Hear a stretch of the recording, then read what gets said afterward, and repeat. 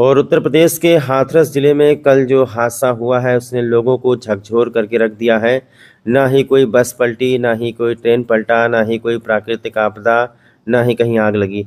और 120 लोगों की मौत सिर्फ इसलिए हो गई, एक दूसरे को कुचलते हुए लोग चले गए, पैरों के तले दब करके 120 लोगों की मौत हो गई, जिसमें ज़्यादातर बच्चे, महिलाएं शामिल हैं।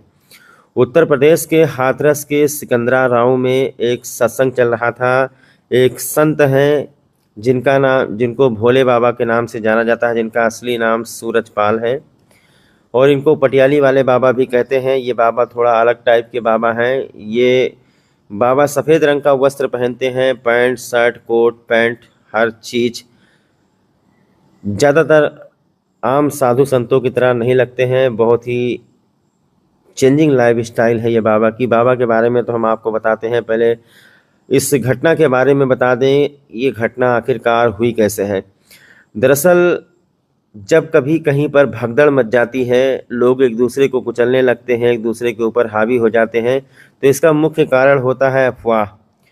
तो अगर कोई अफवाह फैल गई, जैसे आप मान लो आप किसी मेले में गए हो और मेले में कहीं किसी ने कह दिया कि यहाँ पर बम रखा हुआ है, चारों तरफ अफवाह फैल गई, लोग भागने लगे। अभी आपने देखा कि कोरोना के समय में कितनी अफवाह फैली हुई थी। तो अफवाह जन्म देती है भगदड़ को, और भगदड़ ये नहीं देखती है कौन क्या है, लोग एक दूसरे को कुचलते हैं, एक दूसरे के ऊपर चढ़ते हैं और इसी तरीके से दब करके उनकी मौत हो जाती है। तो सिकंदरा राव के फुलरई गांव में भोले बाबा का सत्संग का कार्यक्रम चल रहा था, जहां पर बताया जा रहा है कि सत्संग का कार्यक्रम लगभग समाप्त हो चुका था। भोले बाबा अपने घर की तरफ प्रस्थान कर रहे थे, इतने में कुछ लोग उनके चरण छूने के लिए दौड़े और इसी दौरान भगदड़ मच गई। चूँकि उमस भरी गर्मी थी और बताया जाता है कि 4-5 हज़ार लोगों के आने का परमिशन एसडीएम से लिया गया था, लेकिन भीड़ इतनी ज़्यादा हो गई, वहाँ पर तकरीबन 50,000 से अधिक की संख्या, 1 लाख की संख्या हो गई, जहाँ पर पुलिसकर्मी पूरी तरीके से फेल हो गए और आयोजक पूरी तरीके से फेल हो गए। दूसरी बात आपको बता दें, जानकारी मिली है कि जहाँ पर ये आयोजन किया जा रहा था, जहाँ पर बाबा का पंडाल लगा हुआ था, वहाँ से बाहर निकलने वाली जो सड़क है वो ऊंची और नीची थी और उसके बगल में एक नाला था। और बताया जा रहा है कि जब बाबा सत्संग करके बाहर निकले, कुछ लोग उनके पीछे दौड़े, उनका पैर पकड़ने के लिए जा रहे थे, परेशान हो रहे थे। इसी दौरान धीरे धीरे भीड़ ज़्यादा हो गई बाबा से मिलने के लिए, और इसी दौरान पुलिस ने वहाँ पर पानी की बौछारें कर दी पब्लिक के ऊपर, ताकि लोग बाबा के पास ना जाएं।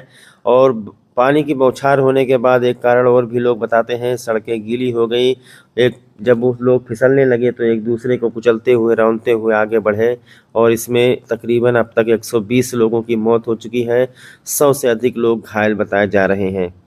हाथरस की इस घटना ने पूरे भारत को, पूरे विश्व को हिला करके रख दिया है। इस मामले में उच्च स्तरीय जांच के आदेश दिए गए हैं। मुख्यमंत्री योगी आदित्यनाथ ने कहा है कि पता लगाया जाएगा कि यह हादसा है या किसी ने साजिश किया है। जो भी दोषी है उसको बख्शा नहीं जाएगा। आयोजक हैं, आयोजकों के ऊपर एफआईआर दर्ज हो चुकी है और जो भोले बाबा हैं उनके ऊपर भी एफआईआर दर्ज हो चुकी है।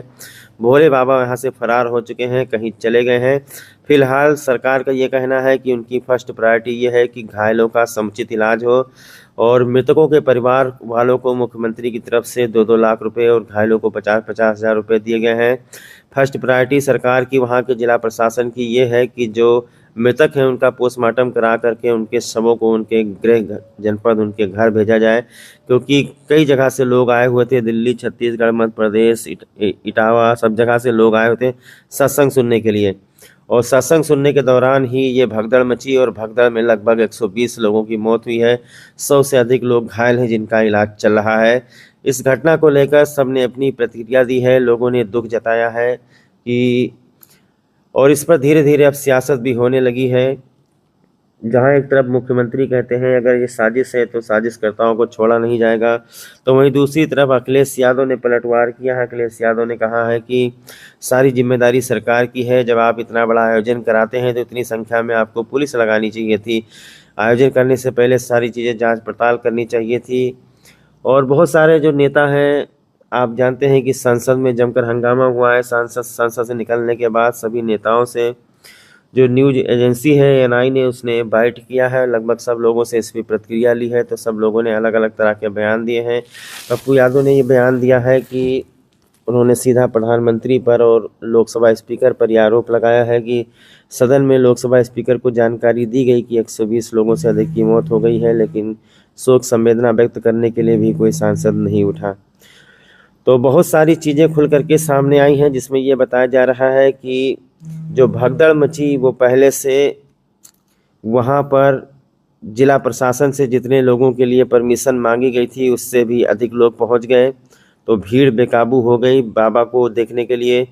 बाबा के बारे में आपको बता दें कि बाबा का असली नाम सूरजपाल है और ये बाबा सबसे अलग हटके हैं। ये बाबा पहले पुलिस के खुफिया विभाग में नौकरी करते थे। या बाबा ने मंच से लोगों से कहा है कि उसके बाद में उन्होंने पुलिस विभाग छोड़ा और उसके बाद कहते हैं बाबा कि उनको ईश्वर के साक्षात्कार हुए, ईश्वर के साक्षात दर्शन हुए, उनका मार्गदर्शन हुआ और उन्हीं की भक्ति करने के लिए वो गांव-गांव जाकर ईश्वर की भक्ति करने लगे और प्रचार प्रसार करने लगे। धीरे धीरे जब उनको लोगों का सपोर्ट मिला, उनको चंदा मिलने लगा, उनकी लाइफ स्टाइल बदल गई और अंततः वो सत्संग करने लगे और धीरे धीरे इतना फेमस हो गए कि इनके लाखों श्रद्धालु पूरे भारत में हो गए।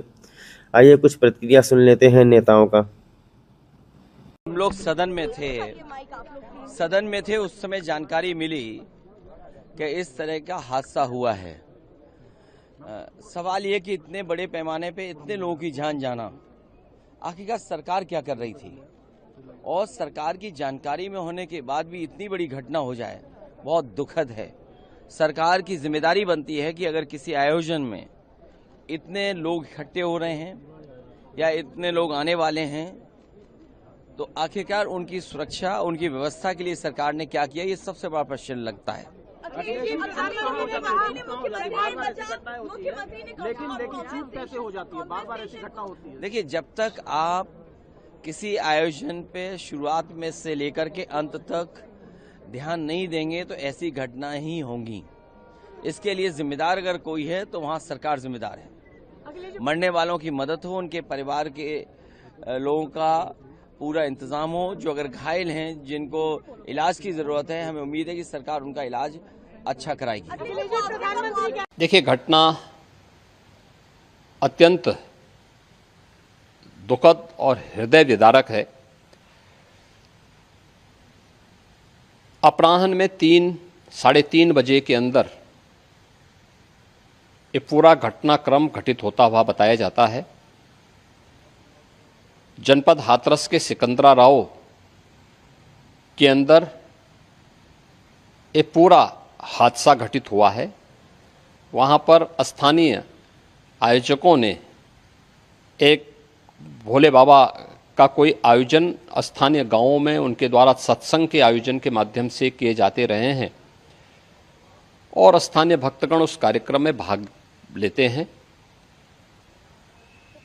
उस समय जब मंचीय कार्यक्रम संपन्न हो चुका होता है तो बताते हैं कि जब सत्संग के प्रवचनकर्ता वहाँ से मंच से उतर रहे थे तो उनकी तरफ अचानक भक्तों की भीड़ उन्हें छूने के लिए उधर जा रही थी और सेवादारों के द्वारा रोकने पर यह हादसा वहाँ पर घटित हुआ। इस पूरे मामले की जांच के लिए हम लोगों ने एडिशनल डीजी आगरा की अध्यक्षता में मंडलायुक्त अलीगढ़ को शामिल करते हुए एक टीम बना करके उन्हें अविलंब रिपोर्ट उपलब्ध कराने के लिए कहा है।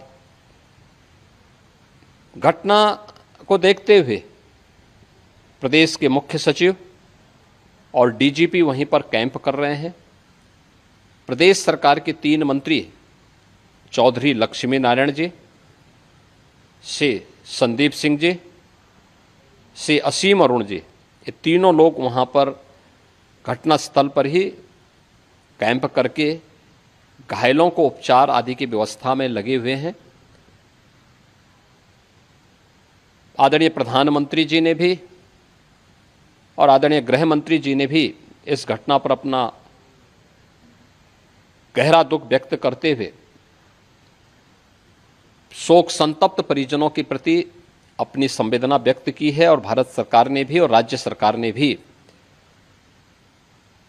मृतक के परिजन को 2-2 लाख रुपए की और गंभीर रूप से घायल परिवारों की, नागरिकों के लिए भी 50-50 हजार रुपए की सहायता की घोषणा की है। राज्य सरकार इस पूरी घटना की तह में जाएगा, यह हादसा है या साजिश, यह भी हम इसकी तह में जाकर के इसको देखेंगे। इस प्रकार की घटना पर पीड़ितों के प्रति संवेदना व्यक्त करने की बजाय राजनीति करना यह अत्यंत दुर्भाग्यपूर्ण है और निंदनीय भी। ये समय पीड़ितों के घावों पर मलहम लगाने का है, पीड़ितों के प्रति संवेदना का है। सरकार इस मामले में पहले से संवेदनशील है और सरकार इस मामले की तह में जाकर के साजिशकर्ताओं को भी और इस घटना के जिम्मेदार जो हैं उनको भी उचित सजा देगी। ये बात 2 घंटा पहले ही हम लोग सदन में बार बार दे रहे थे कि 100 से ऊपर लोग मर चुके हैं और सबके सब 99% दलित हैं, वो जो डेथ हुई है। और इसके जिम्मेदार बिहार, उत्तर प्रदेश सरकार भी है और केंद्र सरकार भी है। अब ये सदन में मौन तक नहीं रख पाए। अब आप हमको समझाइए ना, निंदा प्रस्ताव के लिए इनके पास वक्त था और 130 आदमी डेथ कर गए, उसके लिए इनके पास मौन का व्रत नहीं था। तो ये कितना संवेदनशील है इसको समझिए। ना इन्होंने घोषणा किया कि उसको हम 20-20 लाख रुपया देंगे, तो ना आपने घोषणा की, आपने सीधा लास्ट में 2 घंटे के बाद 2 घंटे से सदन को, लोकसभा स्पीकर को दिया जा रहा था कि घटना घट चुकी है, लेकिन इतने मग्न थे नरेंद्र भाई मोदी जी के भाषण में कि इस मौत को इतने हल्के में लिया गया। तो इसीलिए सरकार जिम्मेदार है और सरकार को देश से माफी मांगनी चाहिए और साथ साथ इस मौत की जिम्मेदारी लेनी चाहिए। सत्संग समागम चल रहा था जिसमें एक घटना सामने आई है, कुछ लोगों की मौत हुई है। सर क्या कर रहा है ये? इसमें जनपद हाथरस में तहसील सिकंदरा अंतर्गत गांव मुगलगढ़ी में एक आयोजन भोले बाबा का समागम हो रहा था, जिसमें जब समागम अंत हो रहा था तो उस समय अत्यधिक उमस के कारण जब वहां से लोग निकलने को हुए तो उस समय ये घटना कारित हुई है। सर लगभग कितने लोगों की मरने की इसमें पुष्टि हुई है? देखिए, अभी इसमें जिला प्रशासन अपनी तरफ से पूरी इसमें कार्रवाई कर रहा है, जिसमें कि सभी घायलों को अस्पताल और जितने भी अन्य लोग हैं उनको वहां से निकाल के अस्पताल भेजा जा रहा है। अभी एग्जैक्ट नंबर बताना संभव नहीं है। एटा में 27 लोगों की पुष्टि हुई है, तो यहाँ कुछ संख्या होगी सर अनुमान? जी, यहाँ पे जो अभी CHC से जो मुझे डॉक्टरों ने बताया है कि लगभग 50 से 60 के आसपास की एक फिगर एक हैं जो मृतक हुए हैं। कितने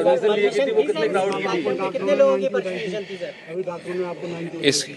इसकी परमिशन SDM साहब द्वारा दी गई थी और इसमें एक प्राइवेट आयोजन था जिसमें कि पूरी ड्यूटी कानून व्यवस्था और सुरक्षा के लिए लगाई गई थी और इसमें बाकी व्यवस्था जो अंदर की जानी थी वो स्वयं उनके द्वारा की जानी थी।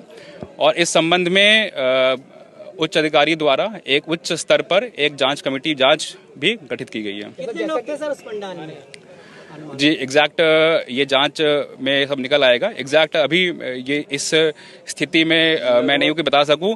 अभी हमारा फोकस, जिला प्रशासन का फोकस ये है कि जितने भी घायल हैं और मृतक हैं उनको जो भी शासकीय सहायता है और जो उनको इलाज उपलब्ध कराना है वो तुरंत प्राथमिकता पे कराया जाए। देखिए, इसमें जांच होगी। देखिए, वो जांच में निकल आएगा। जिम्मेदार बताइए, इसका जिम्मेदार कौन होगा? नहीं सर, आप ऐसे नहीं जा सकते, आप जवाब दीजिए हमें। देखिए, वो जांच का विषय। 2 घंटा हो गए, मार रहे हैं, एक भी व्यवस्था नहीं है इनके पास। पुलिस प्रशासन की जिम्मेवारी के हिसाब से ये इतना कांड हुआ है। पुलिस प्रशासन ने एक रोड जो बंद था, जाम लगा हुआ था रात 11 बजे से, वो जाम खुलवाया पुलिस प्रशासन ने और उसकी वजह से ये दुर्घटना हुई। 100-150 चले गए। जब कितने लोगों की मौत हुई? 100-150 आदमी चले गए, यहाँ से 200 के लमसम चले गए। और यहाँ अभी तक कोई लाइट नहीं, एक डॉक्टर थे, बाकी के कोई नहीं। आगे को अप्लाई नहीं कर रहे, उनको एस्टीमेट नहीं अभी तक कोई दे पा रहे, तो क्या करेंगे? हॉस्पिटल में ऑक्सीजन घंटे में बताइए हमने कैच के लाया, इनमें सांस चल रही है, जान है वो नहीं खत्म हो रही है। ना दरोगा ना मंत्री एसपी कोई नहीं है यहाँ पर, नहीं कोई ऑक्सीजन है, कोई ड्रिप लगा रहा है, कोई सीरियस होगा उसमें ड्रिप लगा दे तभी बच जाएगा। लगभग कितने लोगों की मौत हो चुकी है यहाँ पर?